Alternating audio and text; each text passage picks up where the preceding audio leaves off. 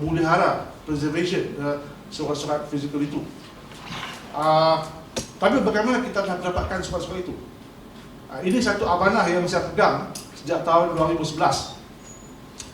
Pada asalnya, pada tahun 2001, saya dimaklumkan oleh seorang rakan di UiTM Shah Alam bahawa dia telah membaca sedikit surat-surat itu, dan dia telah kata surat-surat itu ialah mengenai perdagangan, hal-hal perdagangan, hal-hal perhubungan di antara pembesar-pembesar Melayu dengan Francis Light.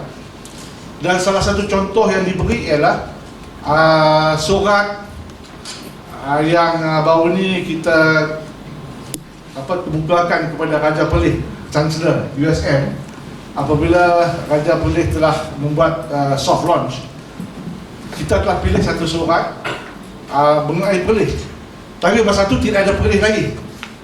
Pelih tidak wujud sebagai satu negeri. Dan surat itu lebih kurang, ini tim saya kat laman, lebih kurang 1787 88, tidak ada tarikh. Surat itu ialah dari Tengku Ziauddin. Tengku Ziauddin pada masa itu ialah Raja Muda Kedah, in charge of Pelih. Dia ada banyak title. Salah satunya Raja Muda Kedah, salah satunya juga Raja Muda Pelih. Jadi Raja Muda Kedah atau Raja Muda Pelih, tapi in charge of Pelih. So kita serahkan kepada Baku Chancellor, dia pun seronok terima. Tapi saya kata masa tu dia Pelih tak ada lagi. Jadi kita telah yang mula-mula saya dapat tahu bahawa surat itu juga telah meminta Francis Light satu belerang untuk gunpowder, satu lagi lah untuk repair jam watch, pocket watch. Itu yang kali pertama saya dengar mengenai surat-surat Francis Light. Tentu saya pun tak apa-apa. Tapi pada masa itu, tahun 2000, terdapat satu revival mengenai warisan dan sejarah Pulau Pinang, satu Pinang Story 2002. Dan terdapat satu kepentingan yang baru mengenai sejarah Pulau Pinang dan Kedah. Dan saya pun daripada UiTM saya masuk ke UTP, Universiti Teknologi Petronas, tahun 2008. Pada tahun 2011 saya telah memohon grant Kementerian Pendidikan Tinggi, ERGS, Exploratory Research Grant Scheme, untuk mengkaji sejarah orang-orang Melayu di Pulau Pinang sebelum kedatangan orang putih. Dan salah satunya ialah saya fikir untuk melihat apa yang ada dalam surat-surat Francis Light. Saya pun menghubungi SOAS dan dia pun terkejut. Macam mana saya boleh tahu surat tu ada di situ? Saya beritahulah macam saya tahu. Lepas itu SOAS telah dengan cepatnya, dengan pantasnya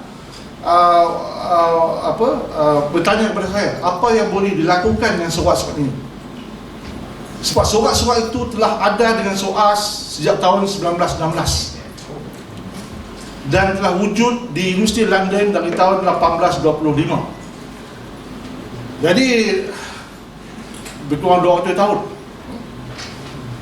Dan surat-surat itu, ini nak kelecong sikit lah, bagaimana surat-surat itu ada pada School of Oriental and African Studies, University London. 17 ini silap 1794. Ini pun masalah. 1794 itu kalau badai ini betul.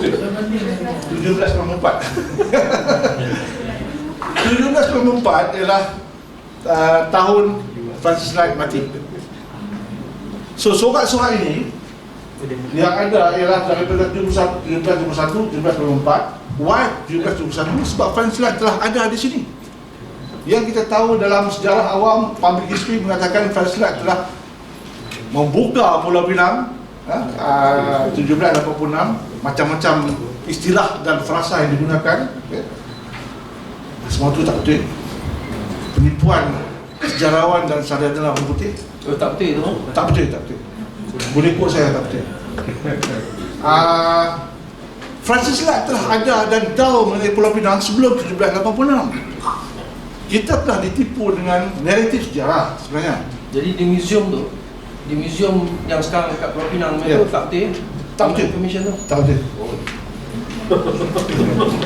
Museum, apa yang dipaparkan dalam museum tu adalah satu mitos. Light telah datang, dia bertempat di ujung Salam ataupun Phuket, ujung Salam atau Junction di situ Phuket. Dia telah bertempat di Phuket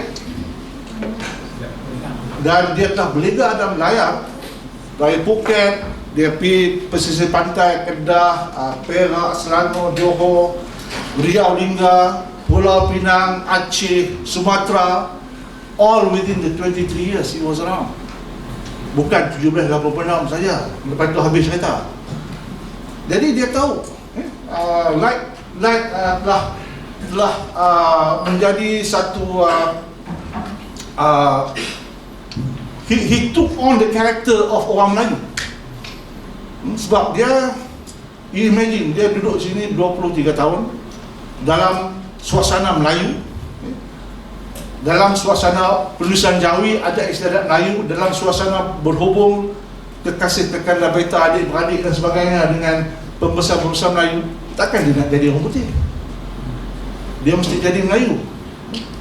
Image yang kita duduk tengok tu di depan High Court dan sebagainya, image dia pakai dalam museum tu, semua tak betul. Muka tu, bukan muka dia, itu muka anak dia, William Light dengan pilih. Dan dia bukan hari dia pakai pilih kostum Georgian, dia pakai kain pelikat untuk pelanggan yang songkok. Itu cerita dia. Berdoang dalam masa dalam masa yang dia duduk di Kepulauan Melayu. So he was a Malay. Culturally he was a Malay. Constitutionally tidak, Constitution Malaysia, tapi culturally he was a Malay. Cuma dia bukan Islam saja. Sebab dia baca Jawi, dia tulis Jawi, dia tahu bahasa Melayu, dia tahu ada istilah Melayu. Ini diakui oleh biografer dia, Claude, yang tulis cerita dia. Orang putih. Orang putih ni kadang-kadang kita tahu dia tipu, kadang-kadang kita tahu dia betul. Dan dalam suasana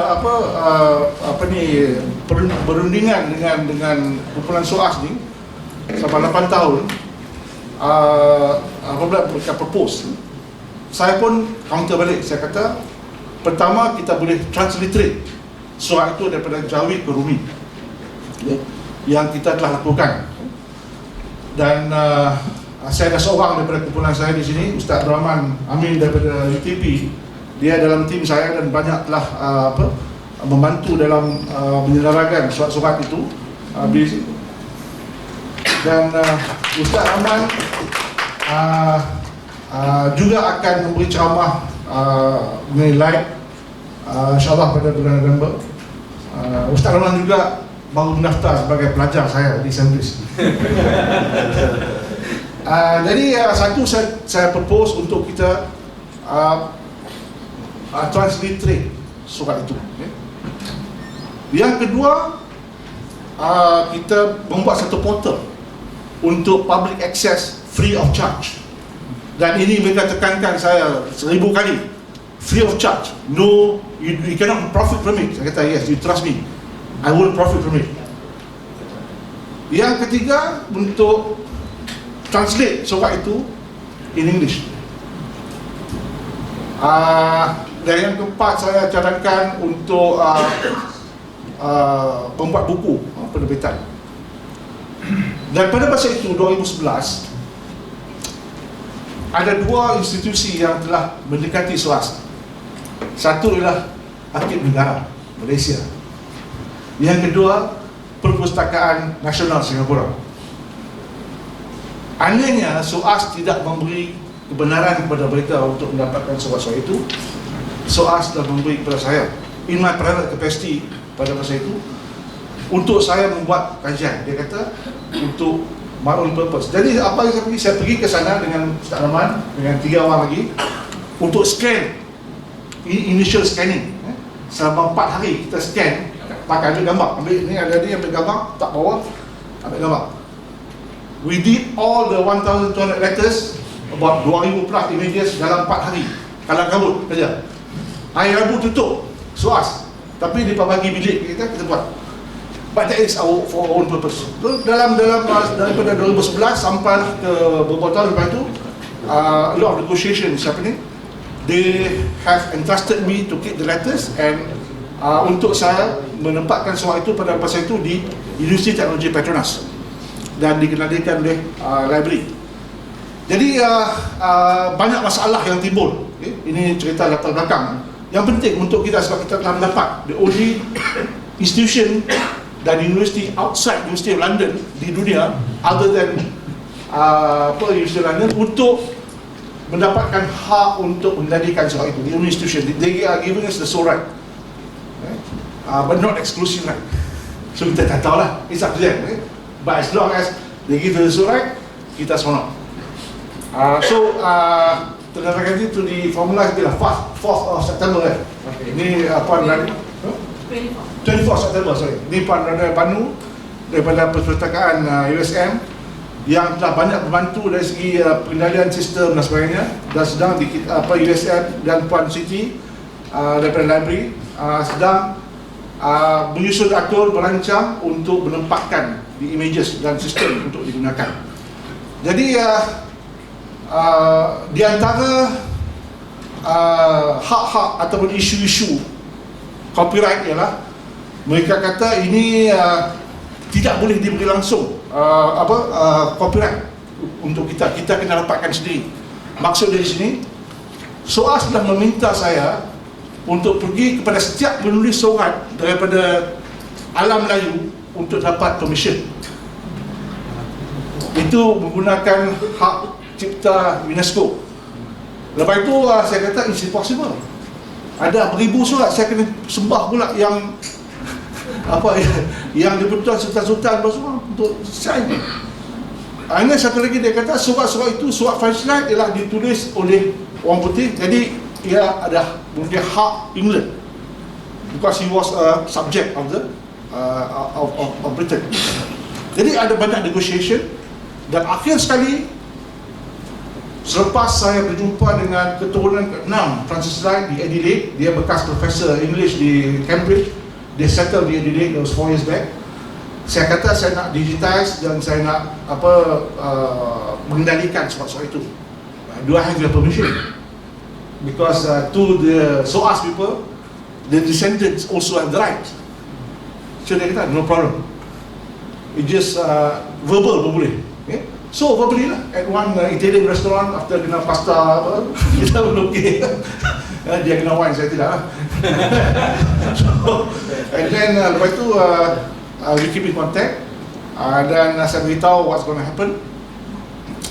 So he give the permission and so SOAS pun bagi permission. Tapi sebelum itu ada beberapa obstacle di ownership. Surat itu apabila ditempatkan di SOAS 1916, ada beberapa orang yang claim ownership pada surat itu. Mereka tidak mahu mana-mana penyidik termasuk yang di Malaysia have access to it.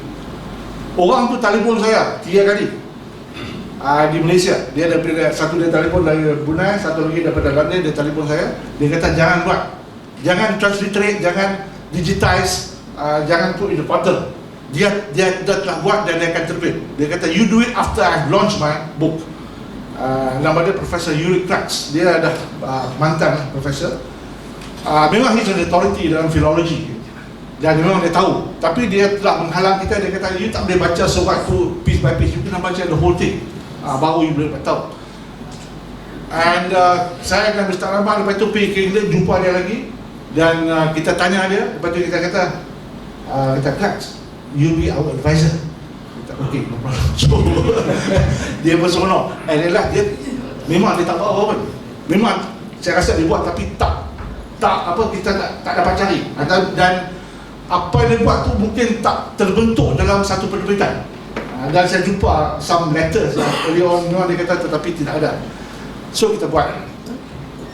Dan seorang lagi ialah nama dia Russell Jones, bukan ini, Russell Jones yang bukan profesor universiti, tapi dia orientalis, dia juga ada tulis. Jadi keras ni telah menahan the politics, telah menjadi satu elemen penting dalam the politics of the light letters dalam Surat. Jadi daripada 2011 sampai beberapa tahun sampai 2016, 15-16, itu menjadi sedikit masalah pada kita. Namun kita telah mendapat mula-mula mereka bagi hak in perpetuity, kita pun seronok. Tapi kadang-kadang in perpetuity ni macam mana? And then dia revise di agreement beberapa kali, banyak kali pergi balik. Masa di UTP pun kita sama juga, masa di USM pun beberapa kali pergi balik. Ialah kita dapat hak untuk beberapa tahun renewable setiap tahun, alhamdulillah. So dengan hak itu macam-macam kita buat. Jadi itu sedikit pengenalan dan latar belakang surat-surat lain.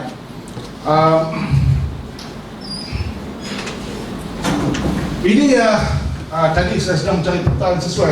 Kita kena buat map special untuk surat-surat lain dalam kita punya portal. Just to show the geography surat-surat lain.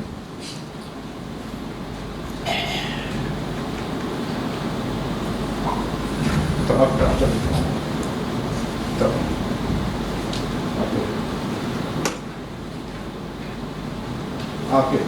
Geografinya surat-surat lain ni adalah surat yang di sini sampai ke Ceylon dan seluruh pesisir pantai timur Sumatera sampai ke sebahagian daripada Borneo, ya, Ustaz.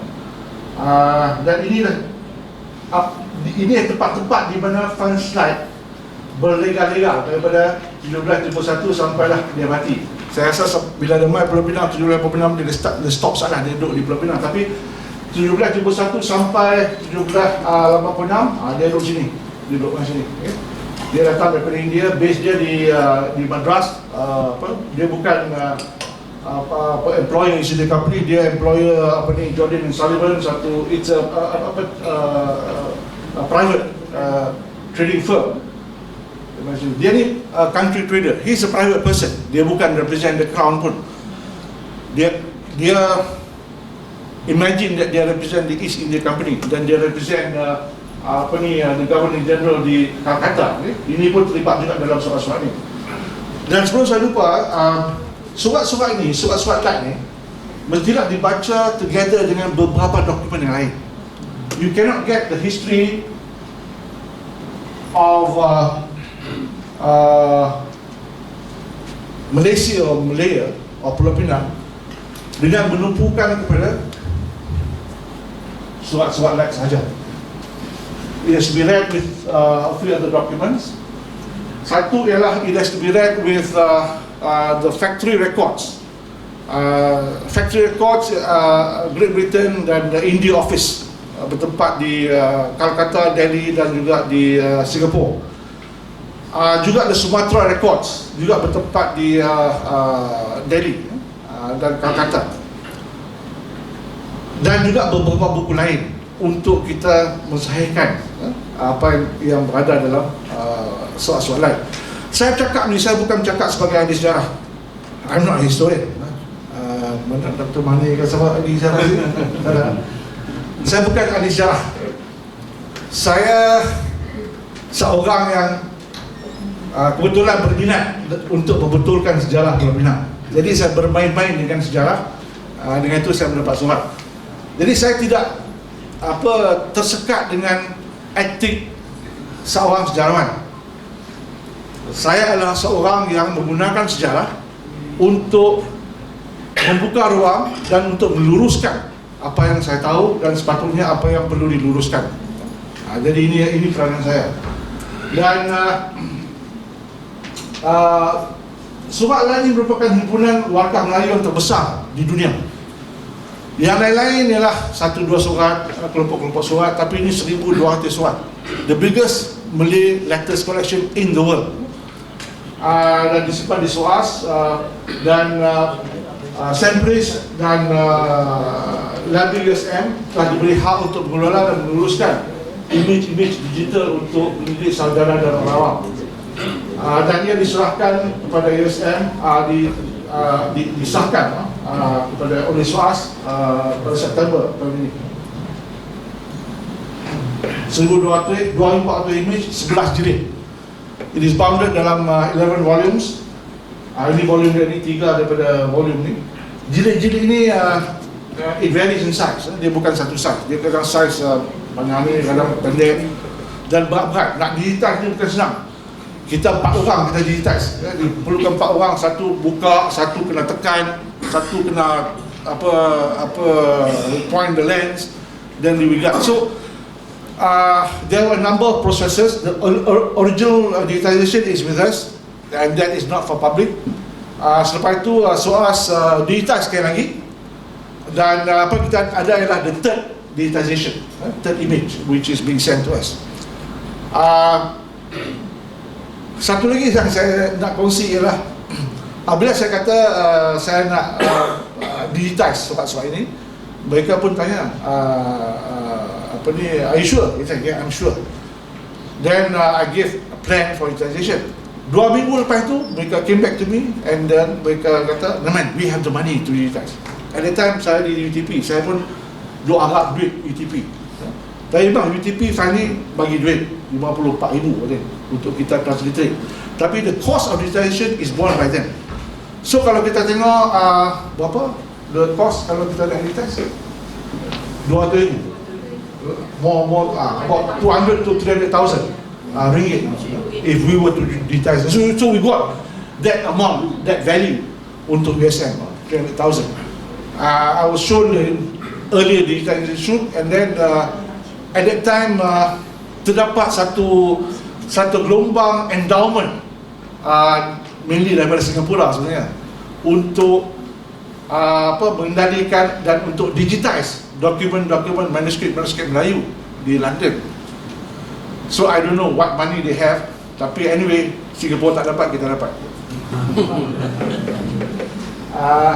Ini surat-surat ini, satu surat-surat ini dalam Jawi. Tapi ia bukan hanya kalau kita tengok images dia macam-macam. Dan nak baca Jawi ini bukanlah Jawi lama ni. Ustaz saya boleh baca dan few others lah. Saya tanya baru ni Mufti Pulau Pinang, dia pun tengok, dia kata ni susah baca ni. Macam-macam bahasa lah. But also it's interesting to see not only the content but also the context, in terms of jottings, notes dan sebagainya. Ini ditulis oleh Master, William Master, seorang sarjana Melayu, Malay correspondent. Ini ditulis dalam lewat 1790-an. Diguna the word Malayan. Ini King Selangor, merujuk kepada Sultan Selangor, Pada Selangor. Masa itu pun Selangor belum wujud. Ustaz Rahman telah membuat banyak kajian mengenai sebab-sebab Sultan Ibrahim Selangor.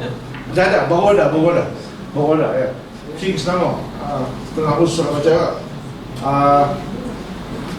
Label like letters ni, di sana digunakan like letters. Tapi kita lihat bahawa ia boleh kita label sekali lagi. Sebab saya lihat di sini satu langkah untuk menyah kolonisasi atau menyah penjajahan, ataupun kita sebut kita orang Melayu tidak ada kataan decolonization. So macam-macam kataan ada. Decolonization menafikan kolonisasi. Satu lagi saya bilang menyah penjajah, menyah penjajahan. So ini satu proses, satu langkah untuk kita menyah penjajahan soal-soal itu. Instead of kita teruskan dengan label like letters, kita boleh akan satu nama yang lebih sepati dengan kita. Sebab black letters ni, bila kita dapat, kita bukan sebenarnya untuk meraihkan Fransislan. Kita nak mengenepikan Fransislan sebenarnya, dan menaikkan, mengenengahkan orang-orang Melayu, worldview Melayu, pandangan Melayu dan sebagainya. Ini sebagai daripada koleksi manuskrip yang dikenali sebagai Marsden Collection.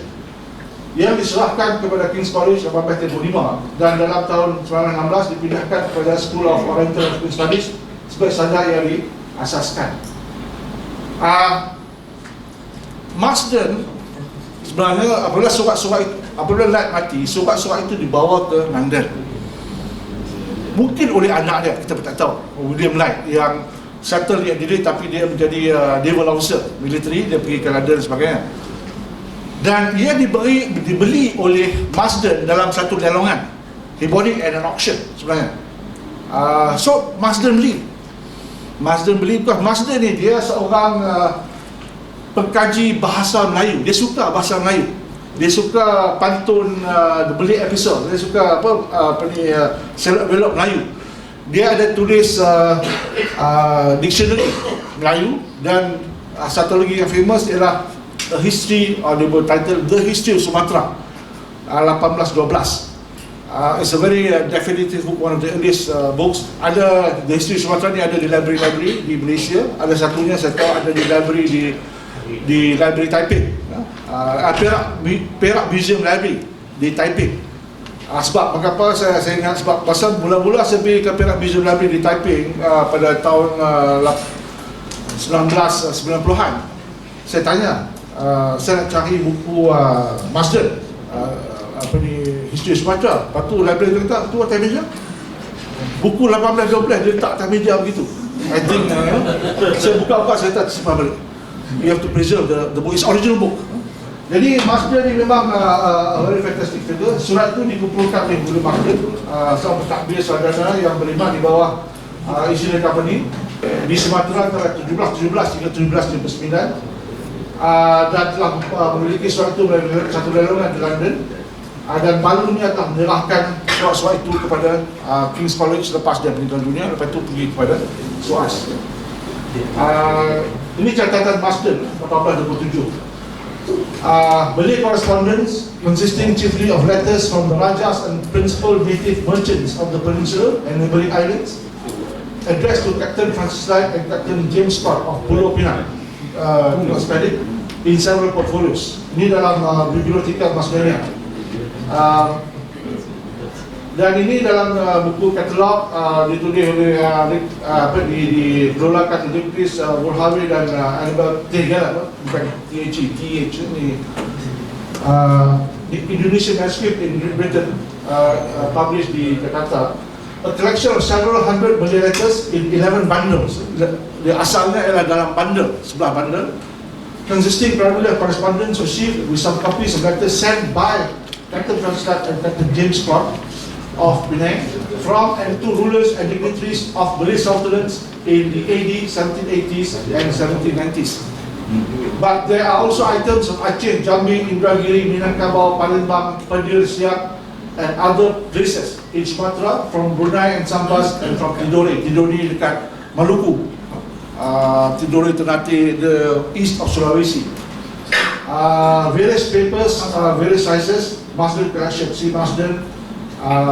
Some of his letters published with English translation in Marsden. Ini dalam katalog Indonesian manuscripts in Britain.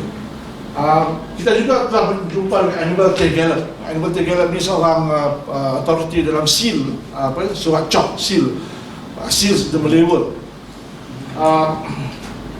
Ini Marsden dan buku History Sumatera. Ini William Marsden.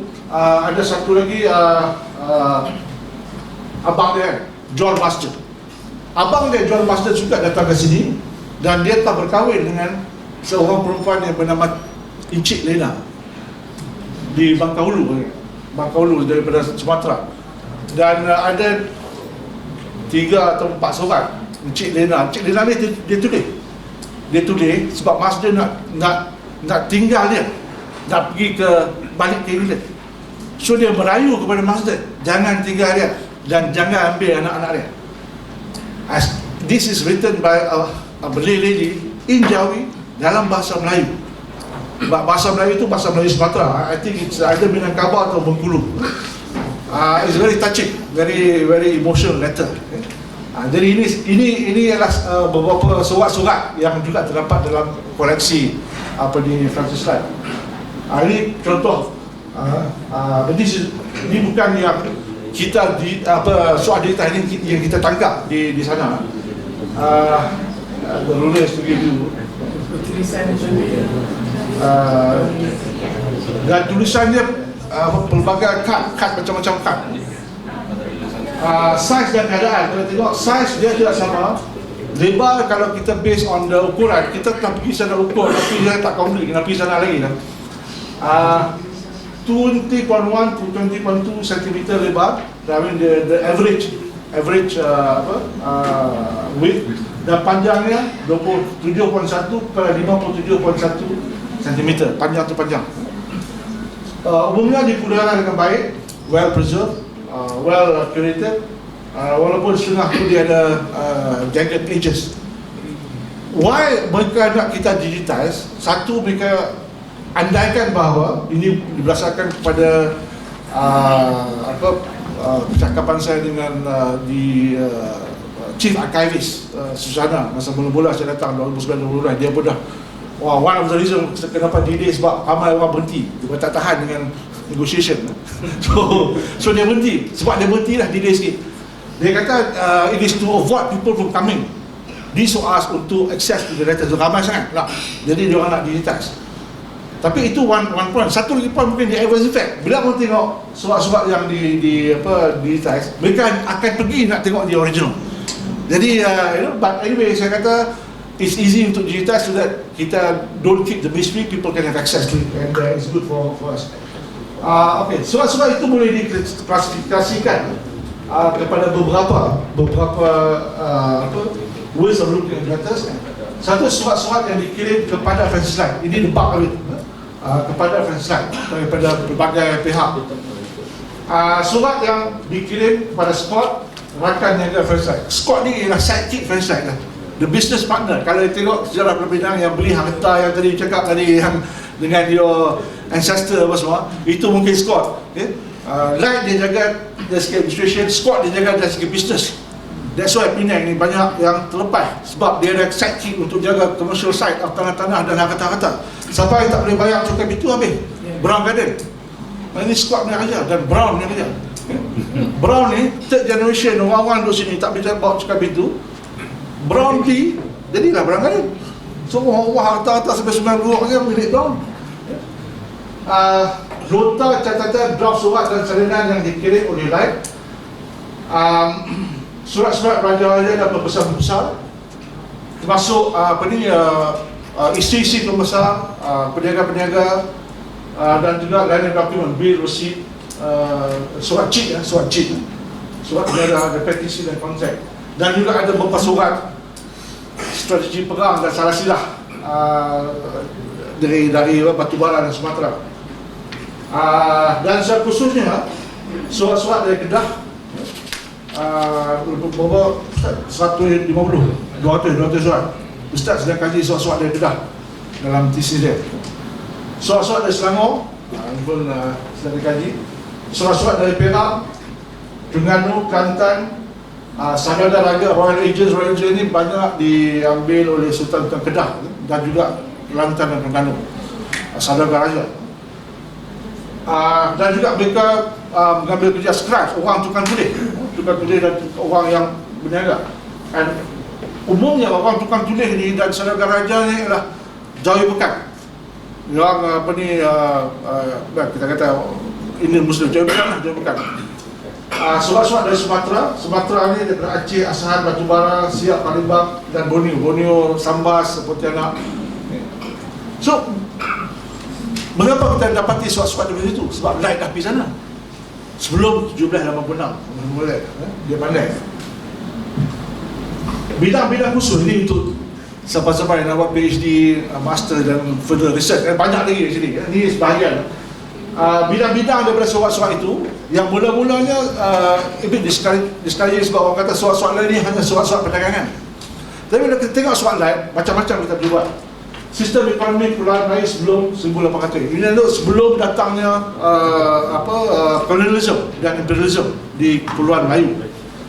Diplomasi dan perhubungan luar, kita melihat bagaimana Sultan Kedah, Sultan Zainal Abidin dan Sultan Abdullah Mukarram Shah dan juga sultan-sultan lain handle dengan translate trade dan juga perimbangan kuasa. Kedah is a very interesting case. Dari segi ditekan di Siam, ditekan di Burma, dan the third factor ialah East India Company yang menjadi satu masalah yang besar, ya. Dan kita boleh tuntut, ya. We can go to the world court and tuntut every one of us be rich. Anyway, ini cerita lain lah, kita boleh cerita kemudian. Ini boleh jadi satu lecture dalam syarat ni. Tuntutan filologi. Unit class ni dia seorang filologis dari segi bahasa, penggunaan bahasa, language bahasa dan sebagainya.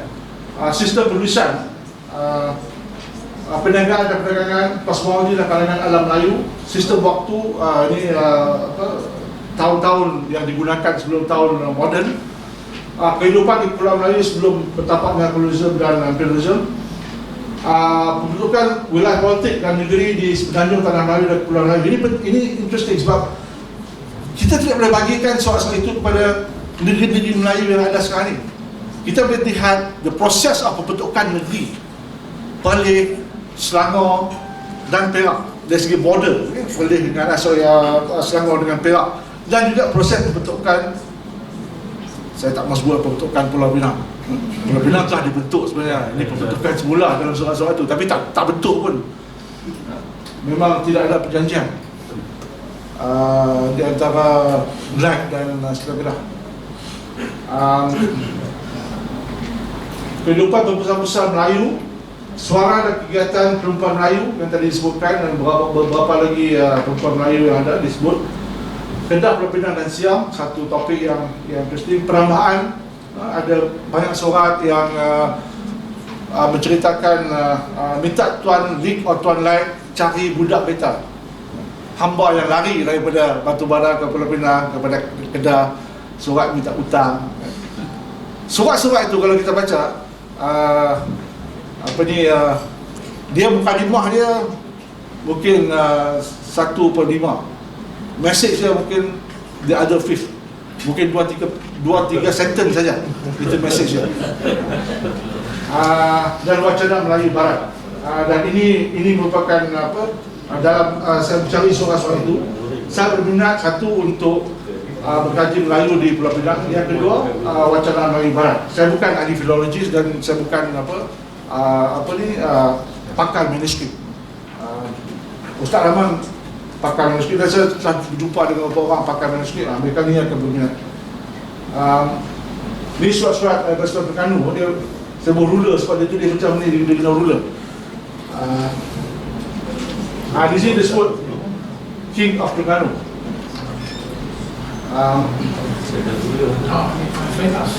Surat Saudara Raja Kelantan kepada Malim di Pulau Pinang. Kalau saya boleh bacakan sikit. Boleh. Yang bawah ni lah. Barang takrif anak anda,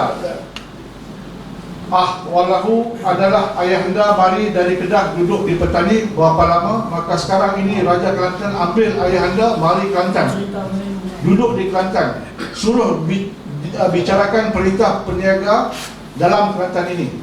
Maka inilah ayah anda memberi surat akan anak anda perintah berniaga dalam Allah. Okay.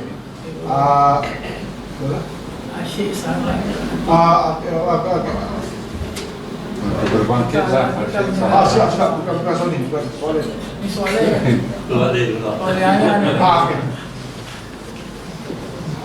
Perintah berniaga dalam Kelantan ini. Perintah berniaga dalam Kelantan. Dagangannya adalah terlebih sedikit daripada Terengganu. Ini Kelantan dan Terengganu nak compete untuk panggilan untuk buat bisnes. Pertama ada, keduanya emas urai. Maka kapal tiada masuk. Maka jikalau ada kiranya kasih anak anda, minta anak anda tolong bicara dengan Gubernador Pulau Pinang. Ni Gubernador ni gunakan. Gubernador tapi Gubernador. Untuk kalau ia mahu beri kapal masuk dalam Kelantan ini berniaga tiap-tiap tahun kerana lada banyak, tiada habis tiap-tiap tahun. Maka jadi ayah anda minta anak anda cuba bicarakan kerana Terengganu dengan Kelantan ini tiada berapa jauh hingga sehari pelayaran kapal. Maka jikalau kiranya mahu Gubernador itu hendak beri kapal itu, minta anak anda balas surat ayah anda ini pada orang, membawa surat ayah anda itu juga. Boleh ayah anda himpun taruh dada dan emas itu, maka akan harga dada pun boleh ayah anda kurangkan daripada harga terkini. Tahun 2 itu kalau balik kapal itu. Jadi ini salah satu contoh lah. Cerita Piramli ni. Ini surat daripada Pangeran Haji Jalan di Lembang kepada seorang bernama Peter di Pulau Pinang.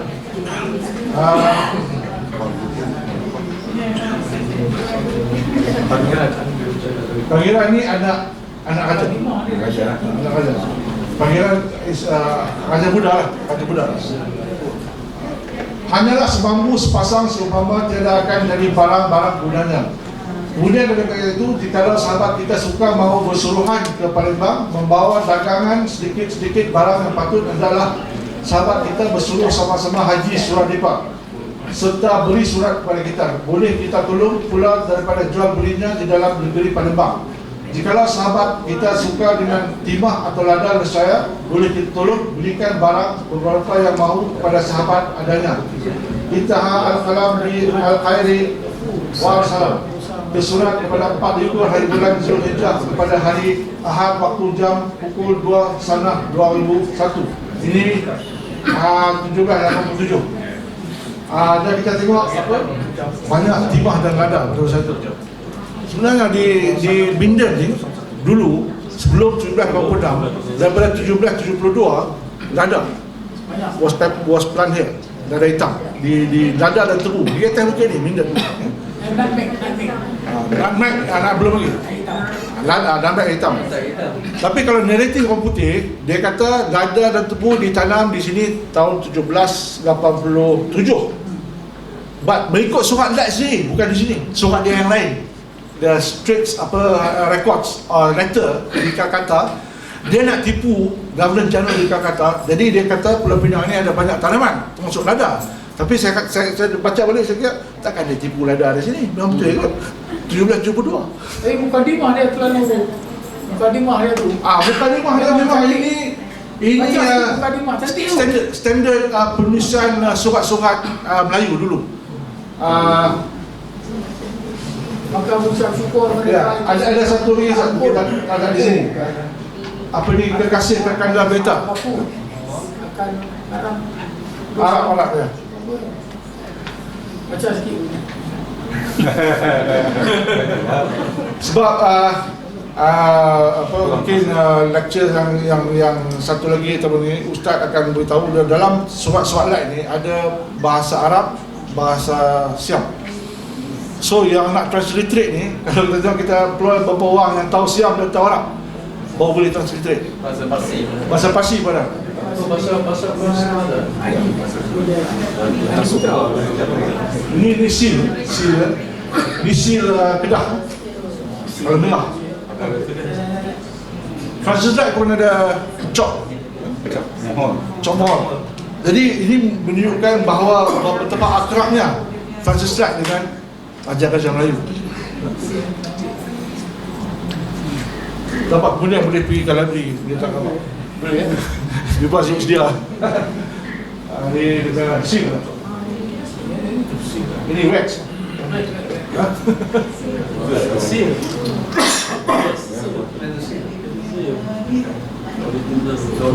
Portfolio. This will contain Malaysian letters from Malayan letters. Acin. Ini yang di depan tu.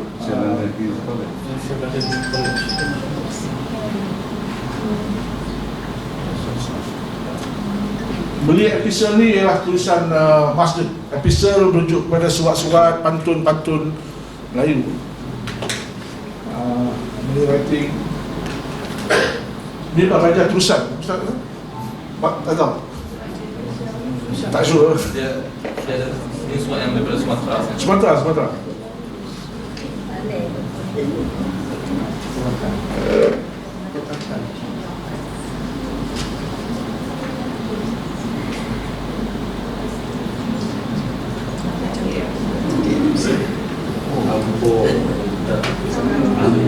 Ini ada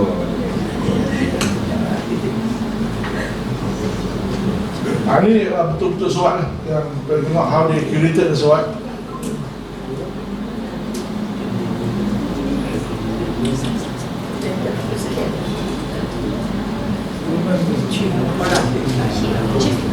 Cik Padang. Padang. Ini surat yang panjang yang ada senarai-senarai apa? Nama-nama salah. Saudagar Raja.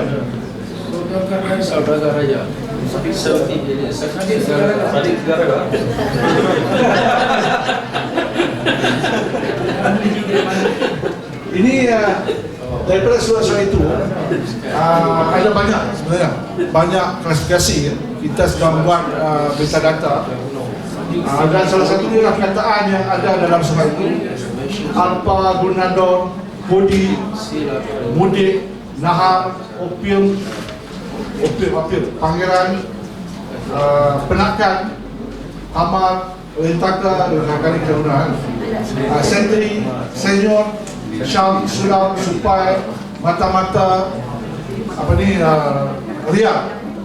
Ria tu referring Those of the days yang lepas ni start pada dulu dah mata-mata. ada Itu Pulau Pinang ni masuk dengan mata-mata. mata ni daripada some of it original daripada Melaka. Supaya soldier. Dan juga Ria ni ialah the Spanish dollar, digunakan duit Ria.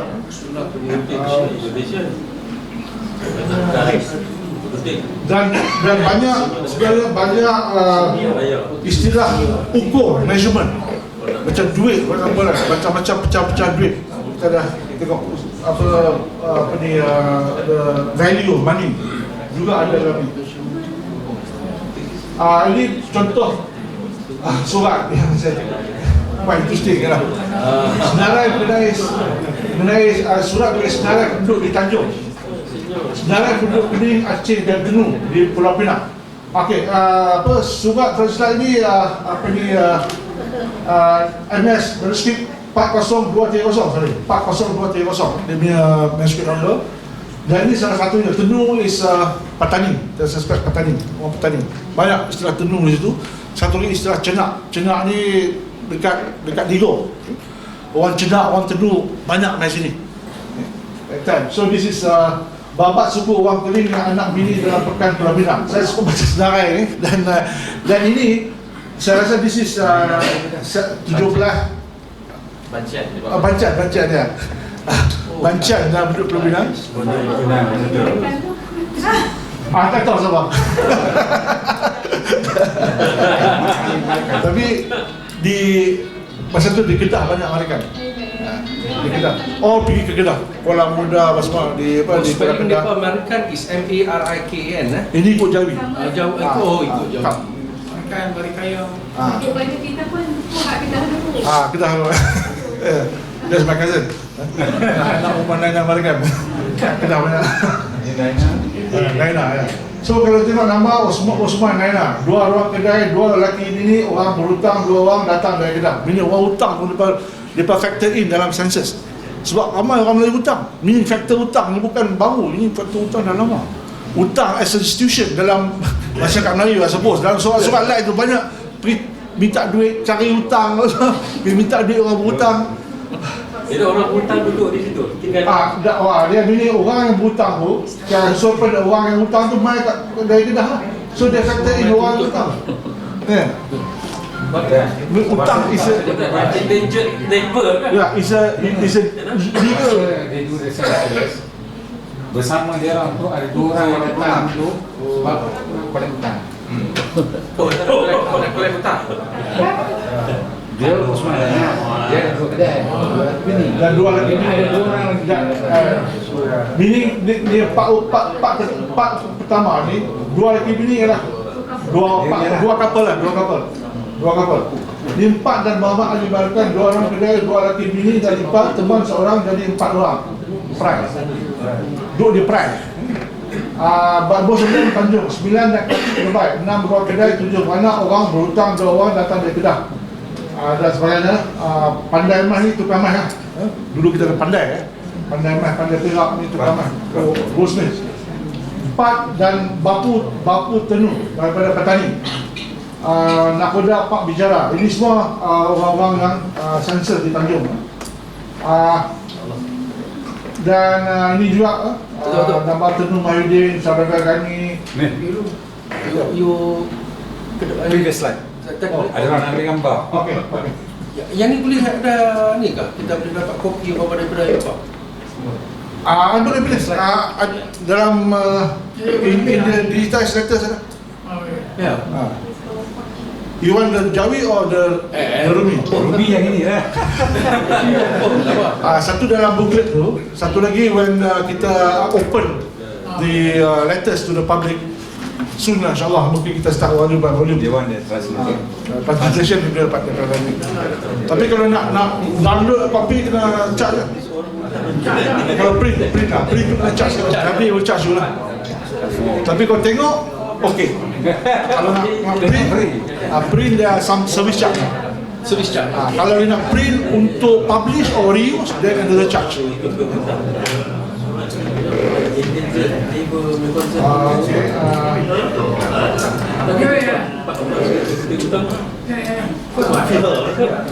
So kita tengok daripada nama-nama ni, umumnya saya suspect nama-nama lah. Pada hutang mesti confused. Empat orang ambil kutip hutang ni mafia ke apa kan? Bukan Pak orang berhutang. Orang itu berhutang. Jadi dia pakai duduk rumah tu, empat orang berhutang dia yang duduk di rumah tu. Baik tumpang lah kan tu lah. Tak, mereka dalam sensor mereka ada kategori orang berhutang. Orang berhutang ni Endangered labor kind of thing. bukan. Orang berhutang ni ialah opposite kepada orang yang bebas hutang. So macam tu. I mean, orang hutang ni is factored in as the status of the person. Is the Oh, description. among them, empat orang mereka tu yang berhutang. Betul. Jadi kalau 8 orang, 4 orang Satu status berkahwin, satu status berhutang. Oh, Depa orang dalam rumah tu. alapan Orang. di mana? Depa yang status laki bini, yang status. Ya. Empat orang dia punya identiti lah. Identity lah, betul. Identity. Kalau you berhutang, you dikenali sebagai orang berhutang. Meaning to say, I don't know what stigma there is lah, but there's a stigma there lah. Orang berhutang. Kita semua hutang. Orang berhutang lah. Kita hutang bank hutang.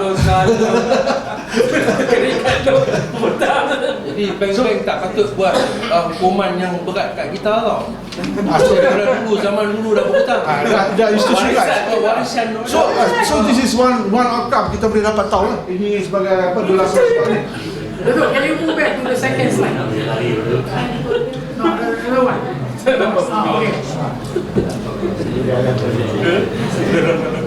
Most of these people, kau tengok, either they're from Kedah, from mainland, Indian, Jawa Bukan, from Tamil Nadu or from Kerala. Kandu pun from Kerala. Okay, thank you. Emas semua hutang. Macam ni, Kandu Kerala. Adik-beradik mother.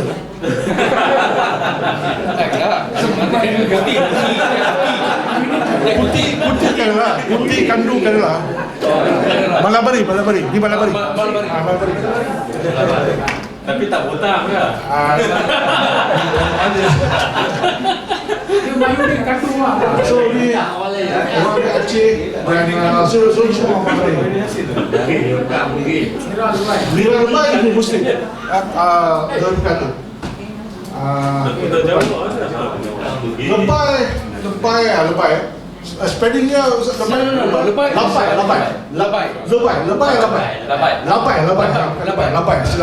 Labai. Labai ni is satu clan di Tamil Nadu. Marakai satu clan, Labai satu clan lagi. Daripada satu puak.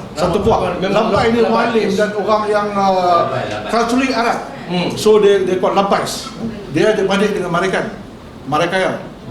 Betul. Ini Merican kan dulu. So daripada sini kita boleh tahu, kita boleh agak berapa orang Melayu Islam ada di Tanjung at that time. Walaupun ada percakapan sensus lain, tapi from the census kita boleh tahu about 1787-88 the population di Tanjung. Di belakang surat tu ini daftar orang Teling Aceh tenung dalam pekan Pulau Pinang banyak rumah dan kurang. Ini di belakang surat tu. Sewa. Tapi saya fikir apa sebab dia tak sebut Tanjung, dia sebut Pulau Pinang, pekan Pulau Pinang. Ini satu Tanjung. Tanjung lah, tapi dia sebut pekan Pulau Pinang. Pulau Pinang. Kaitan masalah dengan anak saya dah cerita tadi. Dia telah tinggal, dia meninggal Pulau Melayu pada tahun 1979, tak kembali balik. John William Masden, saudara, mungkin dia orang kenal dengan orang lain. Dan mereka bertempat di Bengkulu, Bencoolen. British ada bahasa itu. Dan mereka juga mungkin ada hubungan pribadi dengan William Light. Pada masa itu William Light maybe dia umur 8-9 tahun, about 10 years old. Sebab William Light ni, kalau kita ikut biografi dia, dia juga ada half of him is Malay. Dia ada consciousness of dia punya pengalaman di Pulau Pinang. Sebab dia Melayu. Orang putih tak kata dia Melayu, dia tak kata orang putih kata dia putih, tapi dia Melayu. William Light. Sebab mak dia Melayu. Akhir kalam. Ini apa yang kita nak buat di USM, di library dan century ialah membuat satu concordance, satu portal, bukan hanya simple portal, buat satu concordance di mana kita dapat create satu corpus mengenai surat-surat itu, bukan hanya display of the letters, but satu sistem di mana kita dapat akses pemikiran-pemikiran, nilai-nilai di sebalik surat itu sebagai satu badan ilmu. Ini yang kita sedang lakukan di sini. And this is part of apa yang kita katakan sebagai digital humanities. Satu usaha berguna menerbitkan surat-surat itu dalam bentuk digital. Satu sistem analisis dapat dibentuk, salah satunya melalui kaedah pencarian. Word search is simple, but anyway, perkataan, frasa, peringgan, jumlah perkataan, frasa, frekuensi perkataan dan frasa serta jenis tulisan, jenis kad, jenis kertas, asal usul kertas, di mana kertas terdatang, tahun berapa, dan bagaimana ia ditulis. Maksudnya di sini dengan menggunakan digitization, artificial intelligence, kita dapat mengenal pasti beyond what we see. Macam dia orang buat Elon Musk dia buat autonomous cars. Kan autonomous cars tu banyak sensors kan. Sensor autonomous car ini bukan macam mata kita. Dia boleh melebihi mata kita. Dengan tu, it can see what we cannot see. Itu Elon Musk punya idea, and that is working. That's why dia bani guna autonomous motor car. Now other countries pun guna. So they developing deep bukan AI yang biasa, deep artificial intelligence di lab-lab di Germany dan Switzerland. They competing dengan Amerika. So sensor yang ada kat kereta normal biasa kan. Tapi yang ada autonomous car is, kalau you tengok sign merah tu ataupun sign, dia boleh go beyond that. So dalam lab letters ni, the AI apa yang kita guna can go beyond that visually and semantically. That's what also we propose. I mean, baru ni VC dah cakap, but I proposed to Surat 8 years back, in terms of studying the images. Satu, kalau kita tengok image actual letter dengan digitized image lebih jelas. Actually, I think about 10 times or many times lebih jelas daripada letter yang tu ada. So this is the power of digitization. So ini sebahagian daripada the corpus digital humanities dan proses dekolonisasi ilmu persejarahan dan sejarah negara dan tempat ini. Dan banyak benda kita boleh buat. Salah satunya nak refer balik ialah bagaimana cerita Kedah dan Pulau Pinang. Apakah kita nak mengekalkan naratif yang ada ataupun kita nak mengubah naratif yang ada dari segi menafikan perjanjian, menafikan pengambilan. Sebab dalam tulisan-tulisan orang putih di tempat-tempat lain disebut selepas perjanjian itu maka Light pun landed di Pulau Pinang dan dia bertapak ataupun diserahkan Pulau Pinang oleh Sultan Kedah. Statement itu ada banyak statement, semua tak betul. Surat itu tidak mengabarkan begitu. Dan surat-surat itu kalau kita baca, Bukan 150 di atas Sultan Zainal Azilin Muhammad Jiwa Shah dan Sultan Abdullah Mukarram Shah dengan Franslide.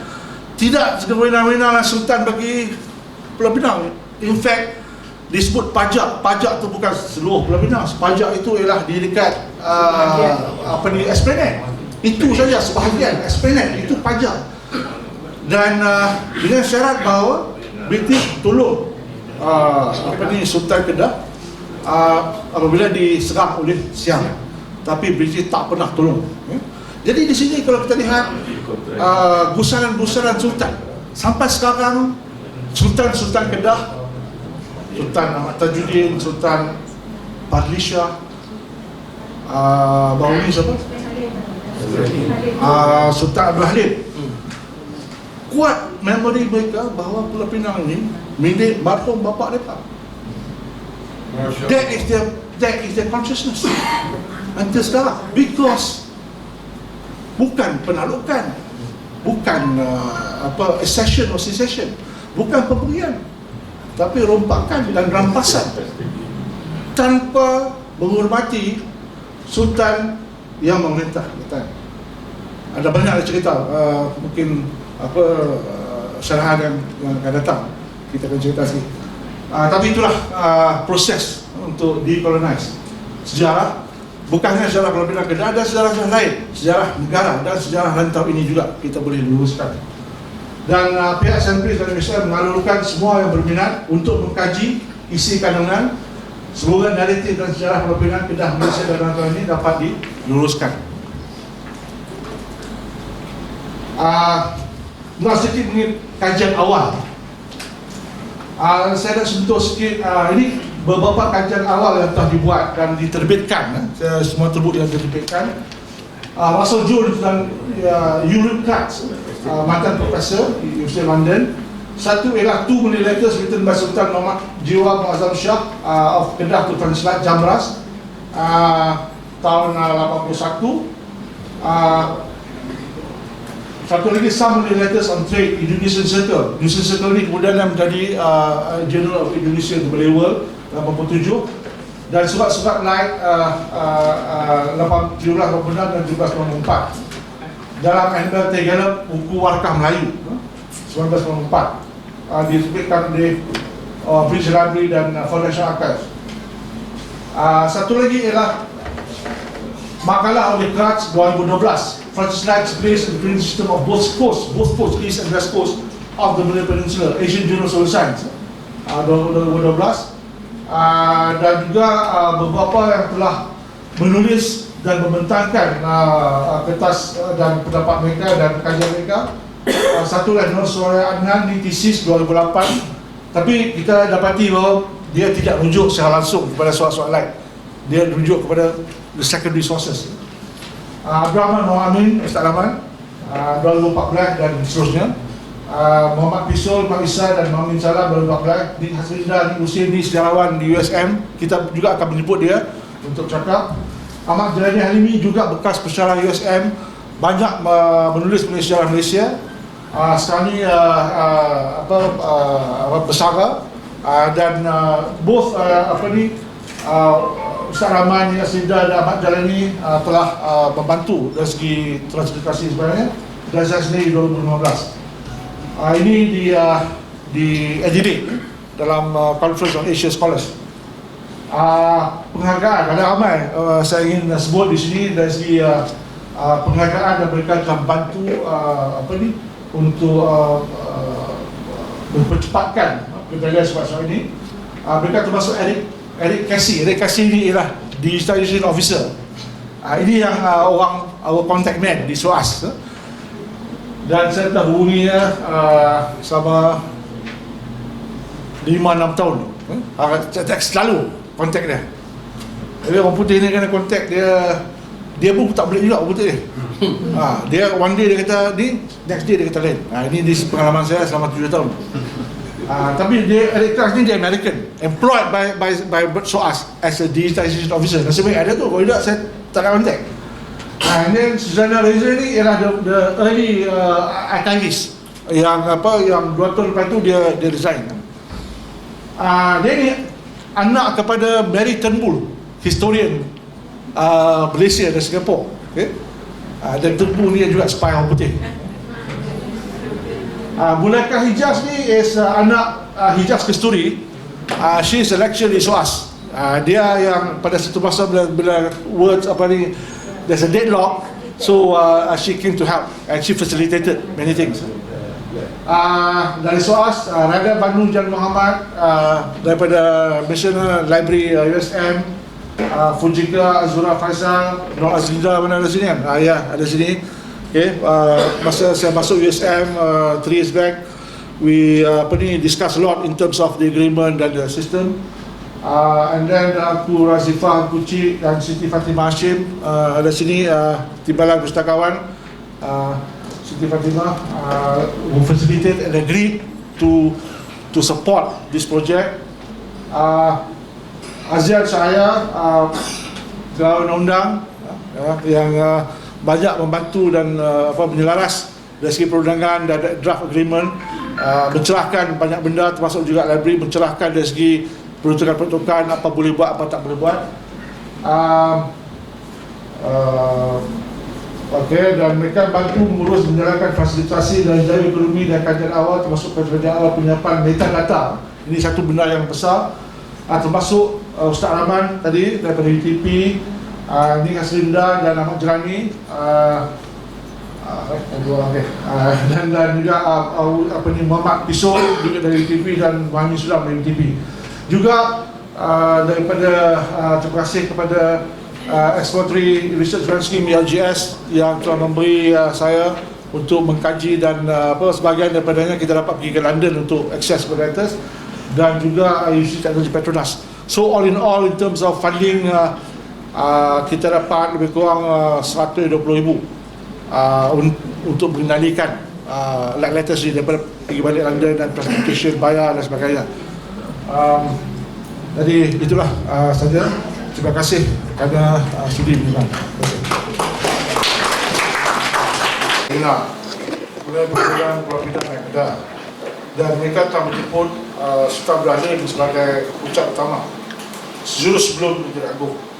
Topiknya adalah mengenai pengambilan Pulau Pinang oleh Kedah. Itu topik dia, dan bagaimana ia boleh dilakukan. Selepas tak kena jadi agung, dia pun memanggil Presiden Persatuan Sejarah Malaysia, Datuk Wan, kata kita tak boleh cakap bagi pihak sebab dia dah agung. So dia hanya boleh cakap sebagai Sultan Kedah. Dia kata tunggu bila dia habis term dia sebagai agung, dan kita tahu apa yang terjadi. Jadi sementara itu ada beberapa pergerakan yang saya terlibat di Pulau Pinang. Pertemuan pertama saya ingat lagi di Eastern Hotel tahun 2014, 2013, untuk membincangkan cara-cara di mana Kedah boleh ambil alih Pulau Pinang. Kemudian satu pertemuan diadakan di TH Hotel Alostar dekat Kadaga Terbang.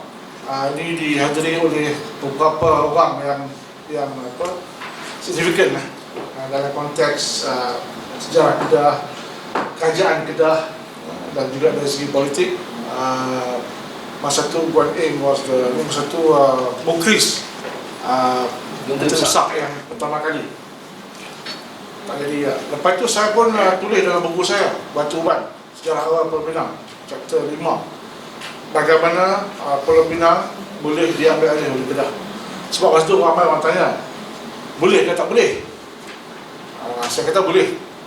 Dalam buku saya ceritakan 3 cara. Satu ialah peruntukan perlembagaan, bab 2. Ada disebut negeri-negeri boleh mengubah sepadannya. Dia tak kata boleh ambil alih semua, tapi menggunakan peruntukan boleh ubah sepadan.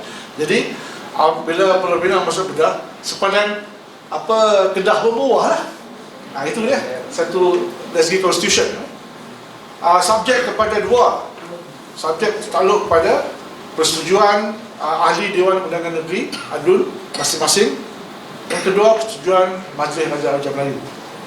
Jadi dari segi perlembagaan constitution itu boleh dilakukan. In other words, Pulau Pinang absorb masuk di bawah Kedah. Dan absorb masuk di bawah Kedah ni boleh ada 2 cara. Satu sebagai salah satu daerah di Kedah macam Kulim, Sungai Petani, Kulim, Alostar, Langkawi sebagai satu daerah Kedah. Satu lagi sebagai daerah pentadbiran khas Kedah, macam Hong Kong, Special Administrative District of Kedah. Dia kalau sebagai daerah Kedah, ada DO lah. Sebagai Administrative District mungkin ada governor daripada anak-anak Raja Kedah misalnya. Tapi in terms of the nation state, in terms of our state boundaries, administratively Pulau Pinang boleh di bawah Kedah. This can be done. Dan apa cara dia? Macam mana? Nak buat demonstration kan, nak pergi buat spanduk kan, nak pergi ada dulu depan nak demonstrate depan rumah Kedah. Dah tangguh semua. 5-6 tahun sudah.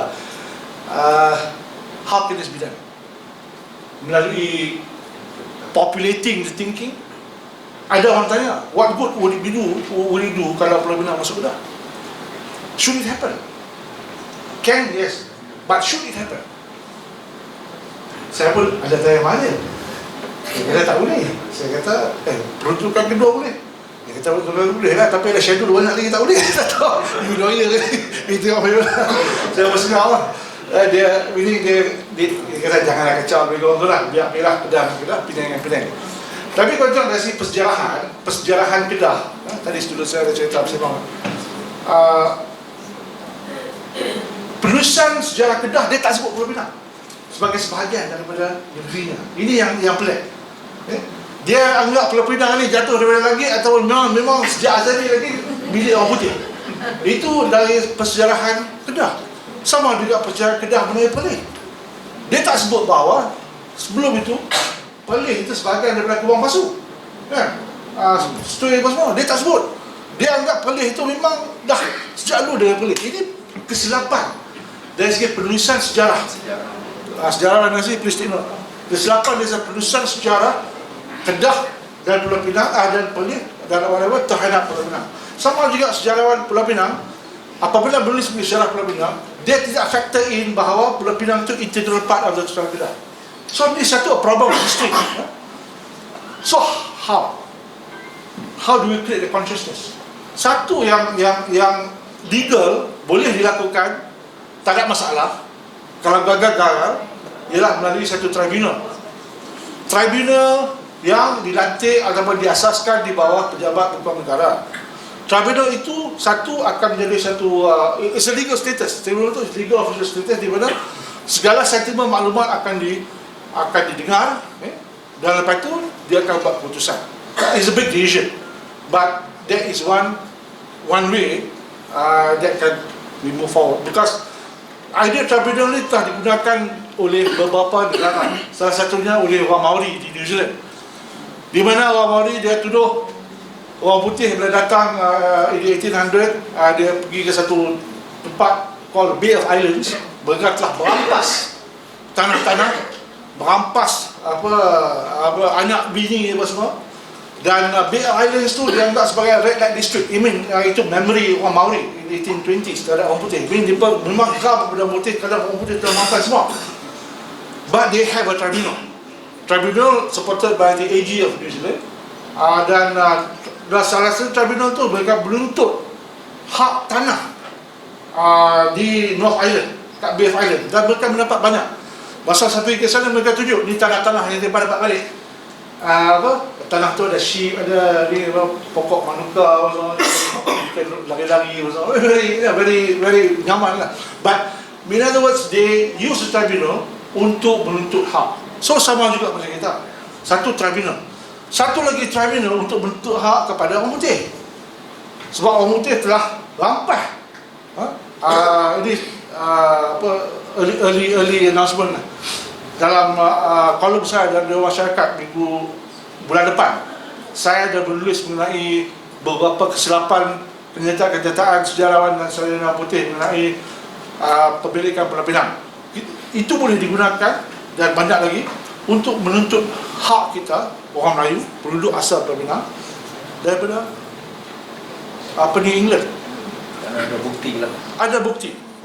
Itu beberapa perkara yang boleh kita lakukan lah. Cuma langkah untuk mengusulkan tribunal, boleh dijalankan melalui beberapa cara. Kerajaan Pinang masih bayar duit kerajaan Kedah kan yang macam per yearly tu kan? Ini nak saya.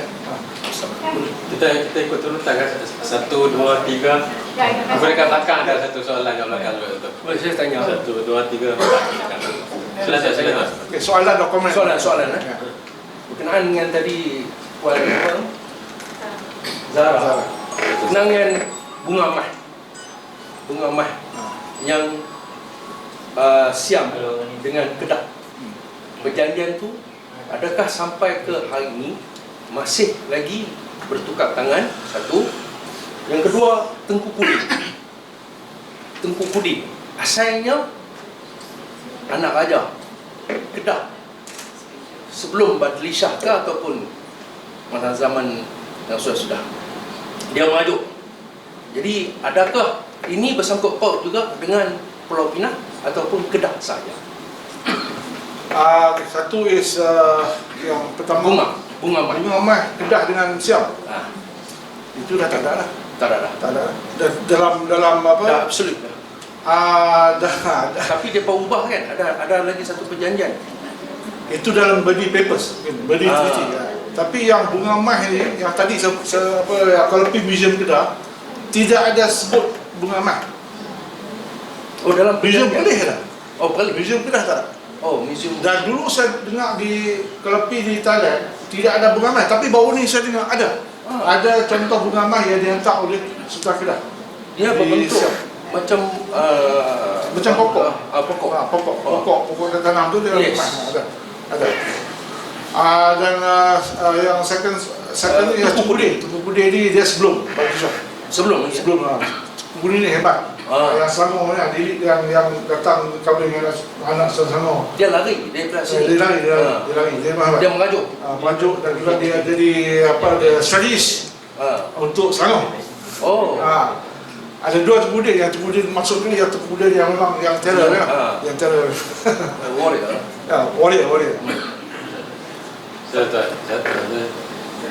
Terima kasih banyak. Saya nak beri komplimen Sabah pada USM kerana dapat surat-surat ni.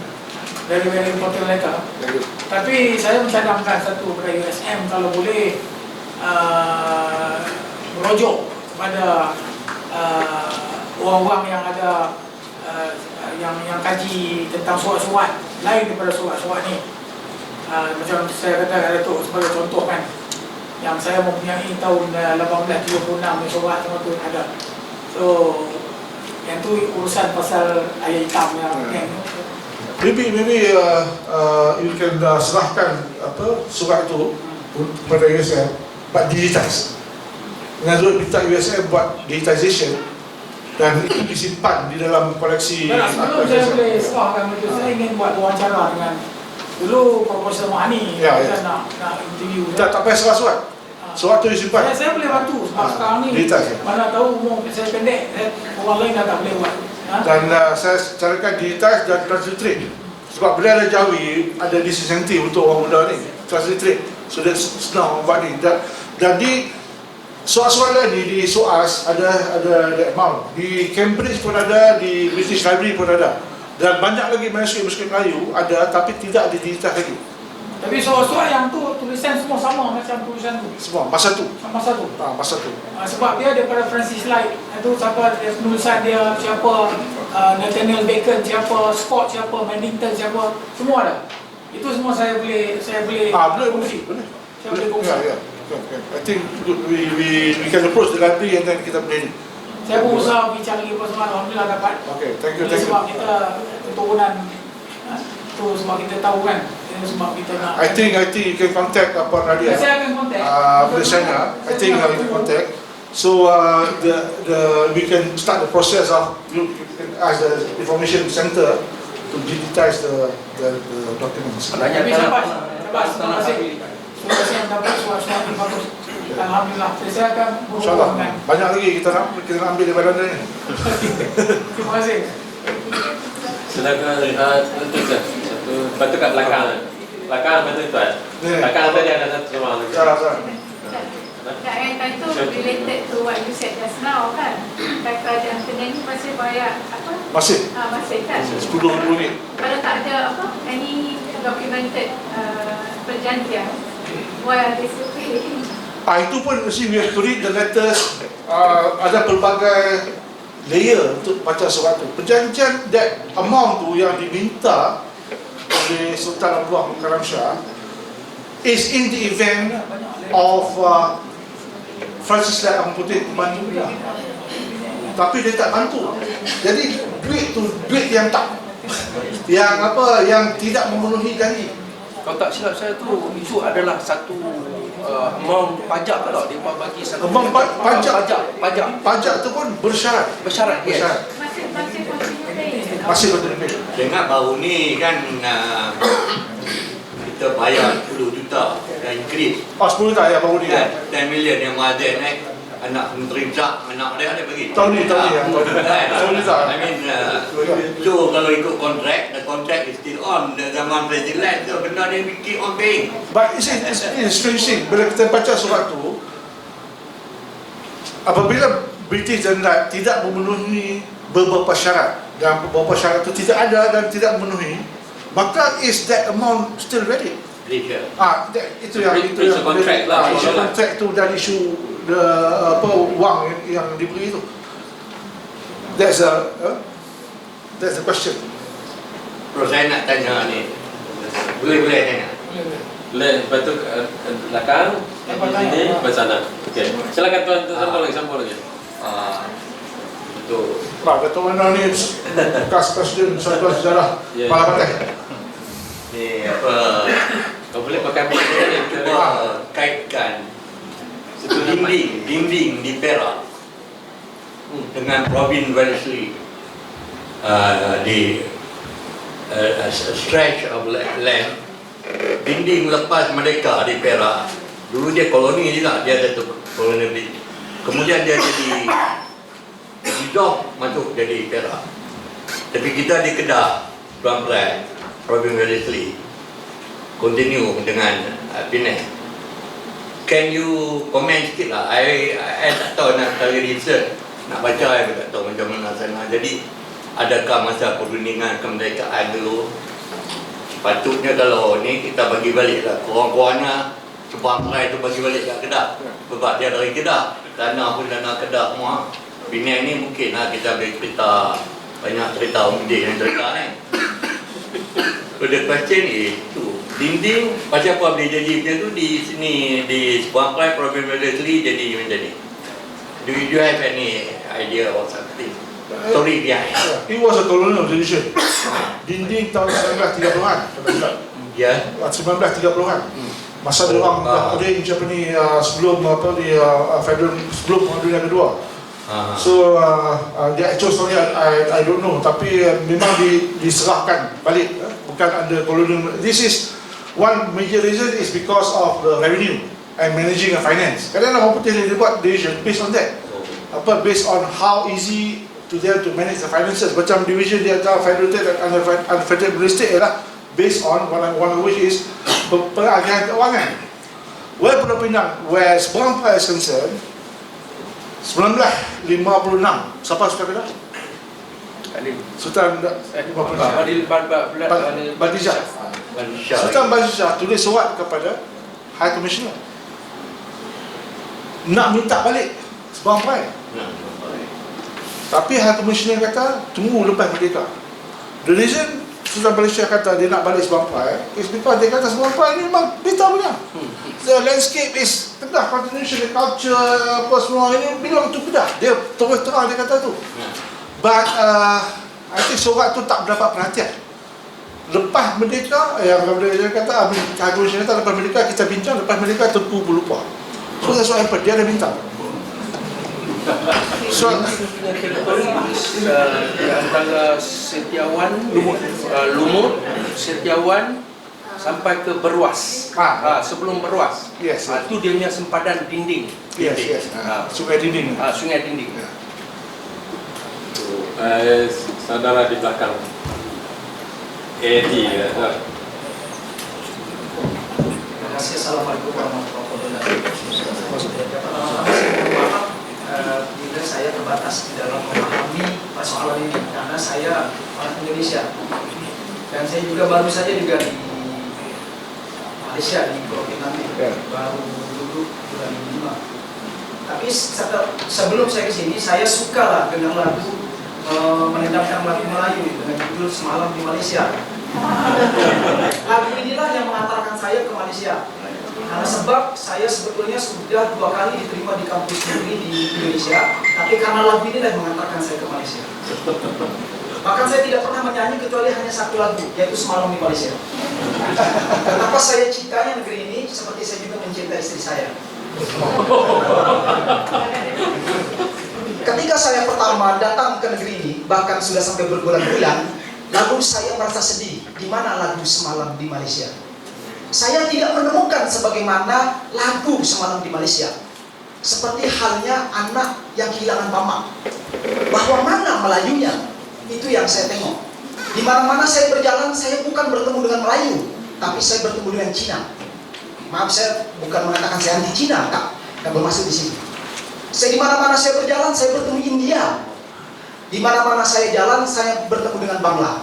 Saya kepingin di mana saya jalan bertemu Melayu. Di mana saya duduk, saya dendang lagu Melayu. Di mana saya makan, saya bertemu dengan Melayu. Nah, baru hari ini saya bertemu dengan banyak orang Melayu. Saya ingin mengatakan setelah sekian bulan ini, lalu saya mencoba untuk mencoba untuk memberikan sebuah analisis. Yang pertama, bahwa ada tiga peran kebangkrutan bagi negeri Penang. Yang pertama, kebangkrutan pada wilayah politik. Saya mencoba untuk memahami sejauh mana tentang pemahaman saya terhadap Pulau Pinang. Bahwa Pulau Pinang mengalami kebangkrutan politik setelah kehilangan Raja Kedah. Lepas dari Raja Kedah, kemudian diklaim oleh Francis Light bahwa dia menjadi gubernur. Hilanglah secara politik negeri Penang. Sehingga saya ingin mengatakan bagaimana mengembalikan peran politik bagi negeri Penang. Maka tadi saya beri tepuk tangan. Kenapa? Saya berharap meskipun saya bukan orang Penang, tapi saya juga Melayu. Sehingga saya ingin mengatakan kembalikan negeri Penang kepada Raja Kedah. Sehingga peran politik negeri Penang akan kembali kepada peran politik sebagaimana peran politik Melayu.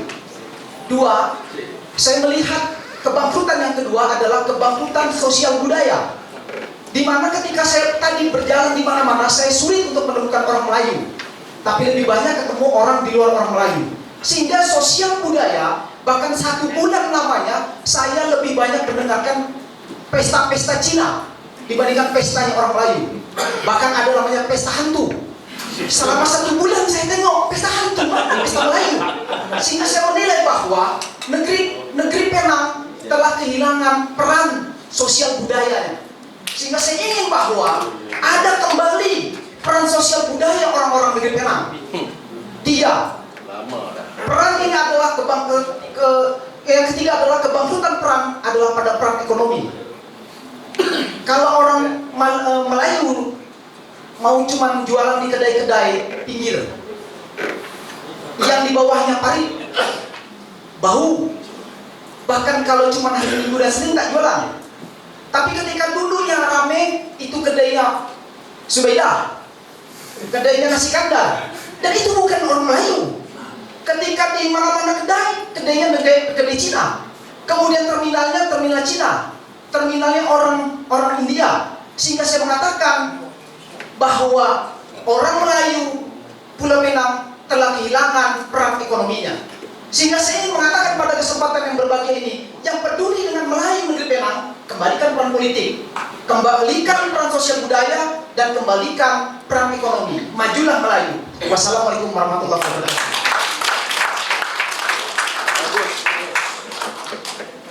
Terima kasih. Semangat. Bagi sedap orang Melayu.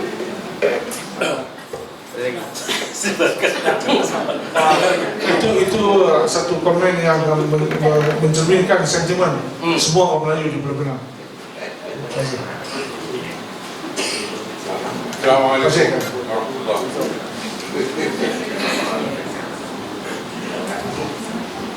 Alhamdulillah. Dulu orang tak apa-apa nak ambil peduli pasal hal sejarah ni. Walhal dulu juga ada buku yang dikeluarkan, umpamanya Jabatan Agama Islam, Pinang ada peluang. Kemudian dah berapa lama, kemudian keluar lagi satu buku dari Tanjung Penaga ke Jostang. Pelajaran buku itu dibuat oleh Rakyat Satin di Kursi Batuban. Jadi kemudian saya rasa walaupun dia tak buat ni, sekarang dah meledak lah pasal hal sejarah Pulau Pinang. Bila keluar buku daripada Datuk sendiri, Pulau Batuban terhebat Pulau Pinang. Jadi sampai dia buat bedah buku siasat, dah ada buat. Jadi saya harap ni ada satu penemuan baru lagi Datuk dapat dengan Datuk, mungkin dengan Datuk. Dan saya harap selepas ni akan keluar lagi buku-buku lah. Yang benda ni akan menggerakkan, walaupun kita tak nampak lah, tapi saya rasa dia ada menggerakkan. Dan sekiranya dapat lagi dibuat pertemuan-pertemuan seperti ini, mungkin lebih besar lagi. Jadi dia akan lagi dapat menggerakkan lagi orang punya fikiran, perasaan, mungkin sentimen lain lagi dapat menggerakkan. Saya harap bukan saja Datuk lah, biar orang yang berkemampuan, ahli sejarah, penulis dapat mengeluarkan artikel-artikel untuk khabar, majalah ataupun buat penulisan seterusnya. Saya rasa insyaAllah kalau kita tak dapat pun, mungkin anak cucu kita seterusnya akan dapat digerakkan. Assalamualaikum warahmatullahi wabarakatuh. Pak Syed ni keturunan ke-6 Nahoda dan Intan yang membuat masjid di Batuban 1734. Dan Nahoda dan Intan juga satu personaliti yang punya sejarah yang tidak dinyatakan dengan sebaik-baiknya. Dia bukan hanya melayar ke Pulau Pinang dan buat masjid, mempunyai keluarga di Batuban, tapi juga ada keluarga di Melaka dan juga Singapura. Dan banyak beberapa hal daripada Nahoda, kehidupan Nahoda yang tadi tidak dinyatakan. Jadi ini akan kita, insyaAllah kita akan bukukan. Bismillahirrahmanirrahim. Dan saya Cik Zaini daripada Sata Sejarah Negeri Kedah.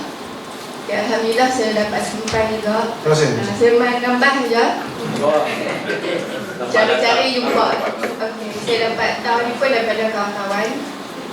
Okey, daripada perbincangan tadi, kami bawa Sata Sejarah Kedah pun memang ada bincang kenaan surat yang 10,000 tadi tu. Dah kata apa, dia dah jadi 10 juta tu, betul ke? Baru ni. Okey, 10 juta tu kira tahunan ke bulanan? Tahunan. Bila saya selepas 9 Mei, Datuk Sadin, selepas 9 Mei. Sebab yang tu yang kami perjuangkan. Seperti yang kita semua tahu, apabila satu negeri kena bayar, macam contohlah bayar kepada sesuatu negeri, dan erti kata negeri itu memang dah bawah negeri Kedah, jadi tak payahlah kita nak minta susah payah. Cuma negeri yang duduk di bawah Kedah ni dia kena hormat Raja Kedah. Yang tu lah. Jadi kami bawa Persatuan Sejarah Kedah, kita akan cuba bagi Raja kami ni berkuasa pula di Pulau Pinang. Okey. Masih.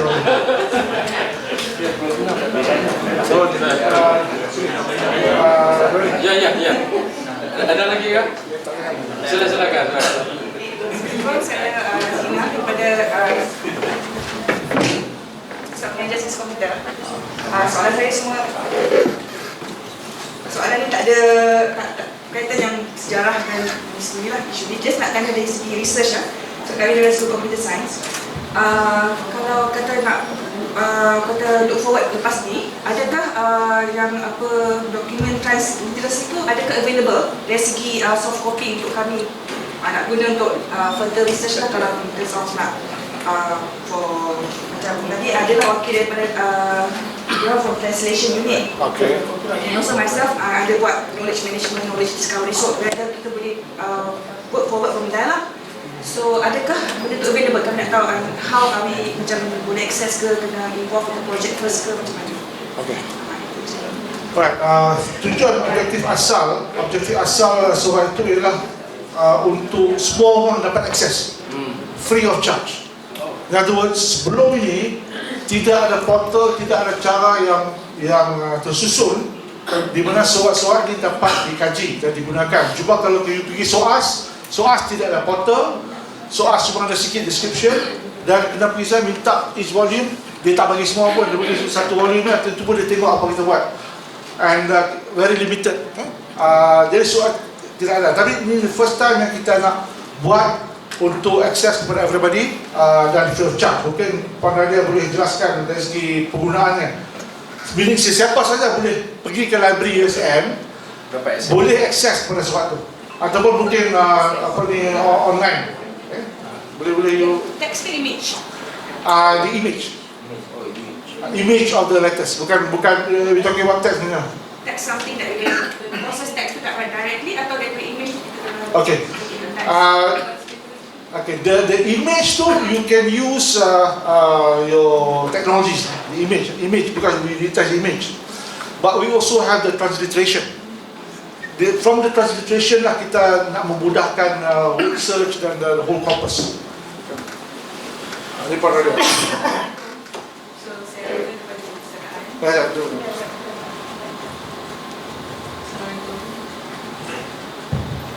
Saya ada perpustakaan.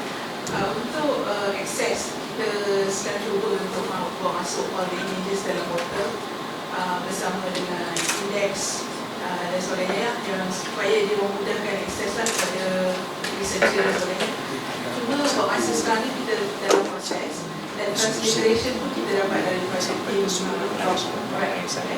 dan memang kita mengajarkan ada kerjasama kalau we work together dengan computer science yang ada disebut isi sebelum ni, dan to see what can come up with new knowledge, new discovery dengan kebakaran computer science.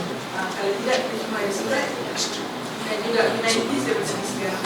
So bolehlah kita pastikan apa keperluan pendidik dan apa yang kita boleh bantu dari segi akses perpustakaan dan akses kepada surat-surat. Sebab mengikut tu ada 1,200 watt, dan 1,200 watt mesti volume banyak sebab dengan translation dia semua kan. It's a huge memory, dan USM sedang mendapatkan dana untuk simpan the whole thing in the system. But the point is, the letters are open access. Anybody in the world will have access to letters. The only place in the world yang they have access to letters is here, di Tewas. Kita tak boleh orang yang nak buat whatever yang dia nak kaji, dia boleh kaji. Dia nak counter kita pun counter. It's a free world, because the philosophy, British philosophy is free access of letter. Bila display, they won't display the actual digital letter. Mungkin apa ni yang thumbnail ataupun yang low resolution untuk pengkaji. Tapi kalau you nak dapat actual image, nak reproduce ke, nak print ke, then you have to pay. But basically it's on the screen, you can print black and white. Itu kan. Dan di satu dia memang tertakluk pada agreement kita, ada dari segi copyright dan sebagainya lah. So apa yang kita boleh bagi itu mungkin dari PDF punya image, PDF files image, not the original TIFF image lah. So daripada situ mungkin boleh di... Maksud saya, bila kita masuk dalam website, Singapura boleh ambil? Boleh. Singapura dulu minta, dia tak boleh bagi. Now Singapura boleh ambil free. They can photo step black and white lah. Color tak boleh lah. Okay, kalau black and white. I mean, low resolution, but then when they use the letters, they have to acknowledge USN and so on. Oh, that means Singapore boleh access pun tak ada apa-apa. Tak ada restriction. Open access. Dia open access. Betul. Itu konsep open access ya. But you see, open access pun there will be set. I mean, to the contents, yes lah. But in terms of using the image for other things, they can use the letter to study history. So ada banyak commercial purposes. But then the library kena decide in terms of to what extent yang the image tu visible. Bukan blend image boleh bagi description, tapi nak baca betul-betul. So what saya suggest, USM, whoever wants to take it, dia kena sign NDA lah, no disclosure agreement. Legal dia tengok. Dia tak boleh disclose benda ni. Sebab benda ni to USM to get the document pun bukan senang. Tiba-tiba kita masuk dalam dalam ni semua more lagi. So everybody can use it. I think we follow the SOAS for other manuscripts. So legal, I think, you come in to address we it. will. Non-disclosure, non-circumvention. Sana ada. Dia ni, saya kata, satu hari kita mau pergi batak semangat orang Kedah pula. Nanti kita Kita nak buat di Kedah. ni peserta sejarah Kedah apa? Boleh jemput kami. Saya buka ya, saya buka. Saya mau Kedah. Mana ni? Sekarang ni transliteration tu dah berapa, transliterasi tu dah berapa percentage dah akan dibuat manuskrip tu? Dah. Berapa persen dah sekarang? I think almost done. Almost done. Nak dibunyikan di sunting. Tapi almost done. Yang buat ni is Ustaz Ahmad, my team plus Dr. Nik Hafinda, Dr. Jani and the punya team. So we combine actually. Ada lagi kan? Ada lagi kan? Kami saya suruh kita 5 o'clock sana. Oh, okay. Kita boleh bincang waktu makan kita. So apa ni, kalau tak ada apa-apa